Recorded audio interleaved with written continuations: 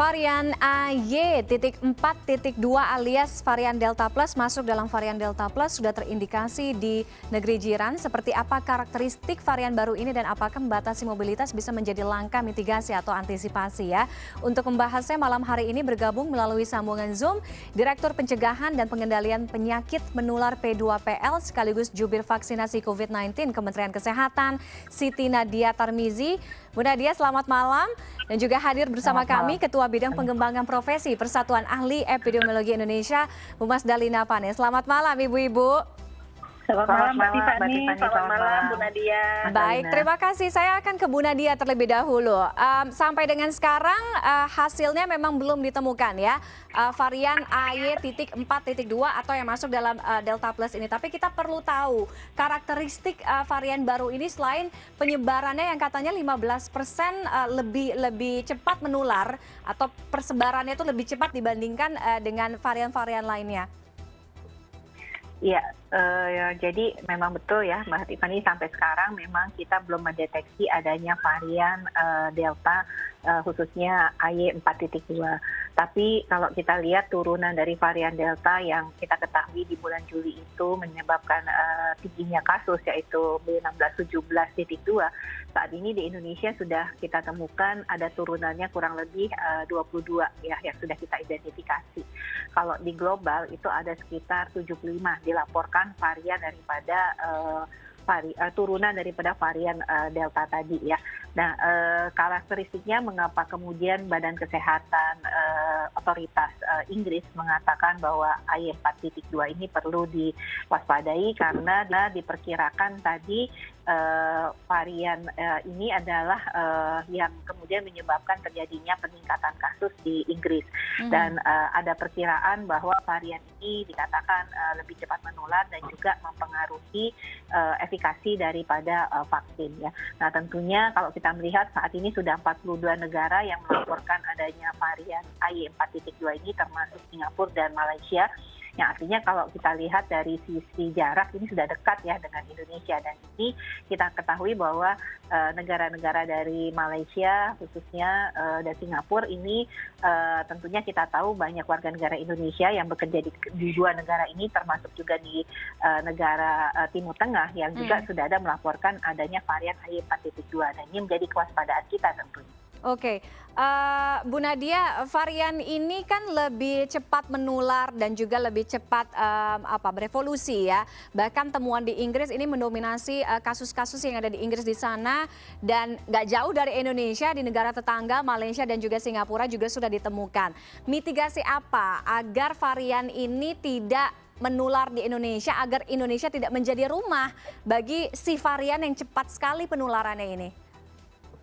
Iya, tentunya penguatan di pintu masuk negara ya. Tadi kita harus mewaspadai khususnya baik itu WNA maupun WNI yang merupakan misalnya TNI yang datang dari negara-negara tersebut. Dan ini kalau kita berbicara mengenai pintu masuk negara, bukan hanya pintu masuk dari udara ya. Kalau dari udara untuk exit dan entry testnya, artinya pemeriksaan PCR 3 kali negatif itu rata-rata sudah dilakukan dengan baik. Tapi kita harus tentunya lebih kuat lagi untuk memperhatikan pintu masuk khususnya dari darat maupun dari laut ya, karena ini pemeriksaan untuk PCR pertama dan kedua ini kalau kita lihat terutama yang kedua ya masih belum mencapai angka 80% ya. Jadi ini yang harus artinya semua khususnya pelaku perjalanan dari luar negeri, terutama dari negara-negara yang kemudian melaporkan ada varian AY.4.2 ini, betul-betul dipastikan pemeriksaan PCR-nya harus 3 kali negatif dan melakukan karantina ya. Setidaknya karantina itu kalau dia sudah vaksin 2 kali itu bisa 3 hari, tapi kemudian kalau dia vaksin hanya 1 kali itu harus tetap 5 hari, dan dipastikan penerapan ini dilakukan. Dan untuk kasus-kasus yang positif langsung dilakukan pemeriksaan genome sequencing-nya, sehingga kita pastikan bahwa kita mendeteksi varian AY.4.2 ini, dan yang positif COVID COVID dengan kondisi ini bisa dilakukan penanganan pengobatan sampai betul-betul dinyatakan sembuh, baru kemudian menuju tempat tujuan asalnya. Oke, selain pemeriksaan tes PCR yang diperkuat, kemudian penjagaan di perbatasan, melalui pintu masuk udara, laut, dan darat. Menarik juga kalau kita membahas soal karantina, masa karantina. Apakah dengan masa karantina yang sekarang 3 hari, itu apakah cukup, Bu Nadia? Banyak yang bilang, oke, dengan kekuatan atau karakteristik virus yang penularannya 15% lebih kuat gitu, dan juga ancaman gelombang COVID-19 ketiga yang ada di depan mata, apakah masih tepat mengambil langkah karantina 3 hari? Iya, pertama mungkin untuk varian Delta AY 4.2 ini sebenarnya oleh WHO sendiri belum dikategorikan sebagai varian of concern ataupun varian of interest ya. Ya. Jadi kita tahu bahwa AY 4.2 ini masih dianggap sebagai varian under monitoring.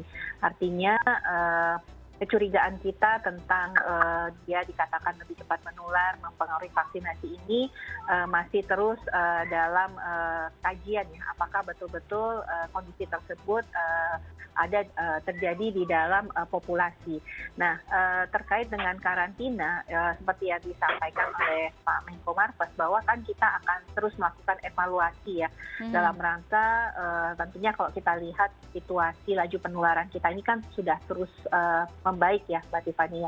Dan ini kita berusaha untuk menekan kasus terus-menerus serendah mungkin dalam jangka waktu yang lama, yang artinya termasuk juga mengevaluasi berbagai kebijakan-kebijakan yang sudah kita terapkan. Jadi artinya kalau saat ini kita menerapkan karantina 3 hari dan 5 hari, apakah nanti akan berubah menjadi 7 hari, ini tentunya tergantung dari eskalasi masalah varian baru ini juga ya. Apakah memang nanti kita perlukan karantina yang lebih lama untuk mendeteksi kemungkinan masuknya varian baru ini. Tapi saat ini dengan adanya kebijakan karantina 5 hari untuk penerima vaksin pertama dan 3 hari untuk penerima vaksin yang sudah lengkap, ini masih cukup ya untuk kita mendeteksi. Karena 3 hari PCR plus 3 hari karantina itu sudah 6 hari. 6 hari itu adalah masa inkubasi dari COVID-19. Nah, kalau kemudian jadi 5 hari kan jadi 8 hari ya. Jadi kurang lebih itu pertimbangan mengapa kemudian 3 hari memungkinkan dengan kondisi vaksin sudah lengkap. Oke, Bu Mas Dalina, apakah itu bisa diterima pernyataan dari Bu Nadia? Walaupun virusnya masih under monitoring, masih saya bilangnya ya, masih diteropong gitu, diamati gerak-geriknya apakah ini membahayakan atau tidak. Tapi bagaimanapun kita harus punya mitigasi karena kita pernah ada di beberapa puncak gelombang sebelumnya dan juga ancaman gelombang di depan mata. Bagaimana Bu Mas Dalina? Iya, memang agak sedikit mengkhawatirkan dengan karantina 3 hari, sekalipun memang tes PCR-nya berlaku 3 hari. Tetapi 3 hari itu adalah maksimal. Kalau dia pada hari ini dites, kemudian hari ini berangkat, sebenarnya kan hanya 3 hari juga gitu, tidak jadi 6 hari. Nah, ini yang menjadi kekhawatiran kita, terutama untuk varian-varian yang saat ini menular dengan sangat cepat. Sebenarnya Delta dan Delta Plus itu sudah menjadi varian of concern, walaupun kemudian derivat atau cabang di bawahnya itu banyak, tetapi Deltanya sendiri sudah menjadi varian of concern sejak awal. Nah, jadi ini yang menjadi perhatian kita. Kita berharap mudah-mudahan tidak masuk ke Indonesia, dan genome sequencing-nya kita harapkan tidak hanya pada mereka yang positif dari hasil pemeriksaan PCR yang masuk, tetapi juga dilakukan di populasi atau di komunitas. Karena terkadang sinyal itu kita dapatkan di komunitas setelah lolos dari masa karantina yang terlalu singkat.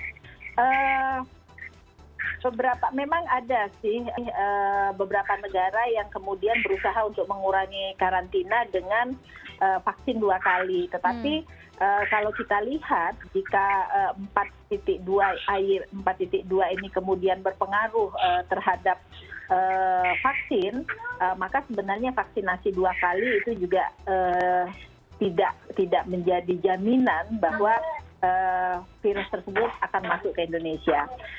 Memang kebijakan itu dinamis, artinya dia bisa berubah dengan cepat mengikuti apa yang terjadi di lapangan. Tetapi jauh lebih baik kita mencegah di awal daripada kemudian kita memadamkan api ketika dia sudah masuk. Dan ini juga menjadi tantangan yang berat bagi teman-teman di wilayah pada layer kedua, ketika karantina di pintu masuk kemudian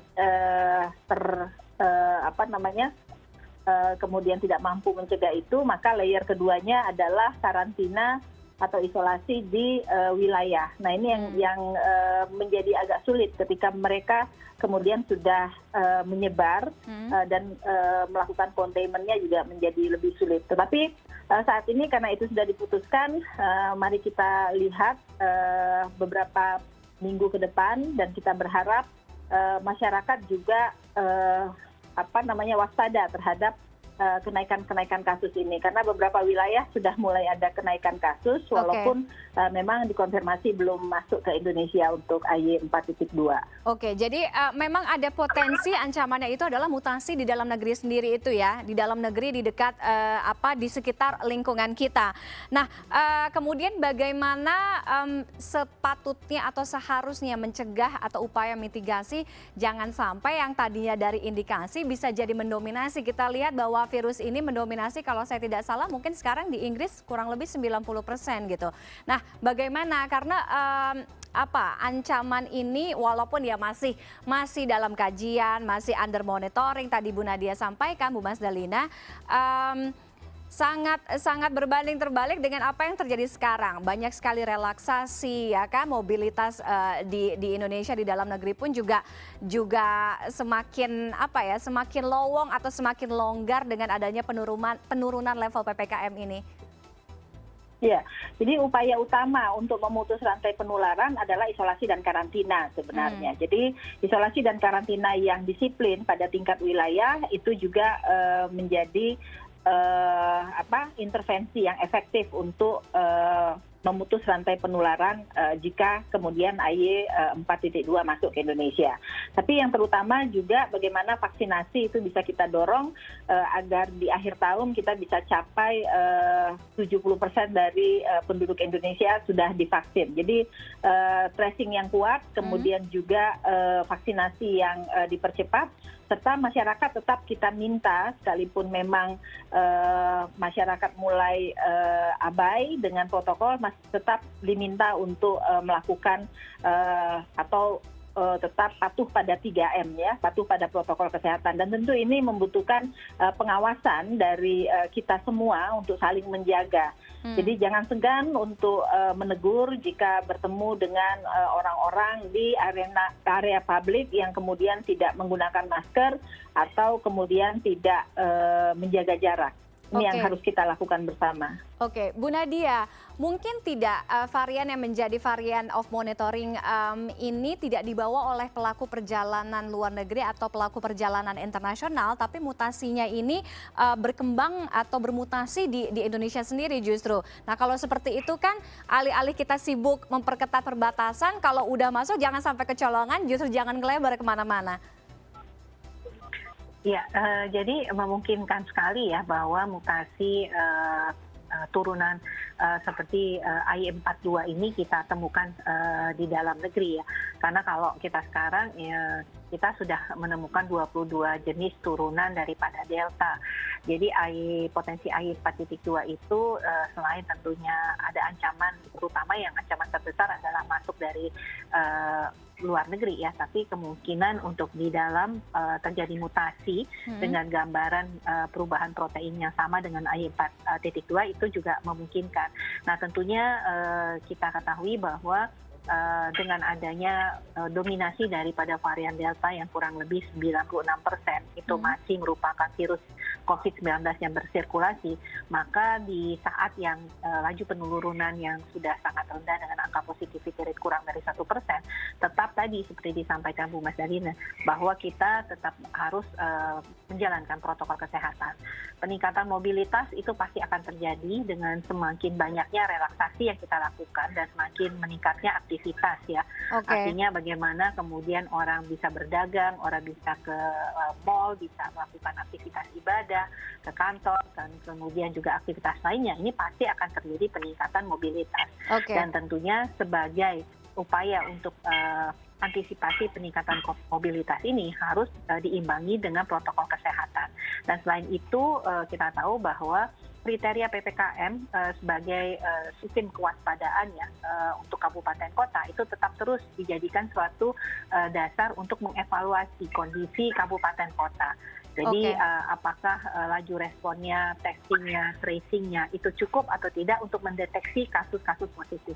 Nah ini termasuk juga merupakan upaya untuk kita mengantisipasi jangan sampai kita kecolongan dengan adanya varian Delta dan khususnya kemungkinan ada varian AY4.2 ini.